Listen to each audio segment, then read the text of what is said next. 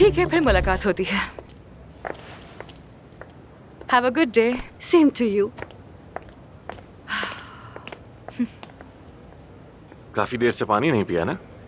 आई वाकई भूल गई थी मैं तो। Thank you so much. Thank you.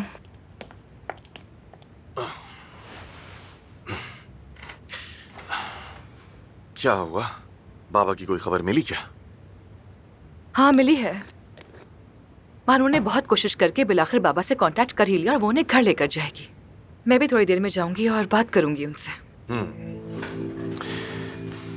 अच्छा, तो उन्होंने पूछा कहाँ काम कर रही हो, तो क्या बताओगी? परवीन साहिबा के हॉस्पिटल में होती हो? नहीं नहीं, मुझे अब कुछ और सोचना पड़ेगा। यानी फिर से कोई नया झूठ बोलोगी?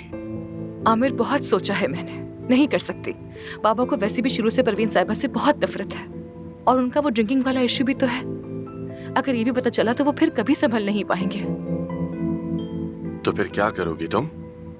यानी बाबा का ना ही मीडिया से कोई ताल्लुक है और ना ही सोशल मीडिया से, और ना ही उन्हें कोई इंटरेस्ट है।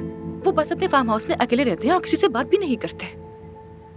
तुम उन्हें मनाओगी और अंतिम भेज दोगी? बस एक ही महीना तो बाकी रह गया है। इस दौरान मैं कहीं भी हॉस्पिटल या परवीन साहिबा का जिक्र नहीं आने दूंगी। जितना कुछ मैंने सहा, जितनी मेहनत की है, सब जाया भी नहीं होगी और मेरे बाबा को दुख भी नहीं होगा। समझता हूँ। चलो खैर, मेरा 10 मिनट का काम बाकी है। चाहो तो इंतजार करो, साथ चलेंगे घर। अगर कुछ भी चाहिए हो तो मैं घर पे हूँगा। आमिर, आमिर बहुत शुक्रिया।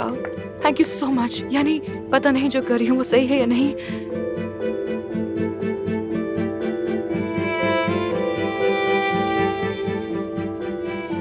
तुम जो भी फैसला करो, मैं तुम्हारे साथ हूँ। ये महीना खत्म होगा तो क्या वाकई चली जाओगी? मुझे यहाँ रोकने वाली कोई चीज है क्या?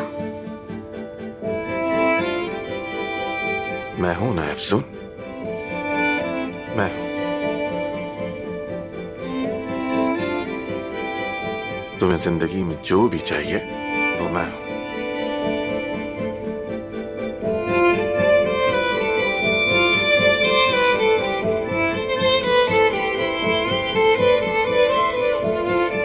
इंतजार कर रहा हूं।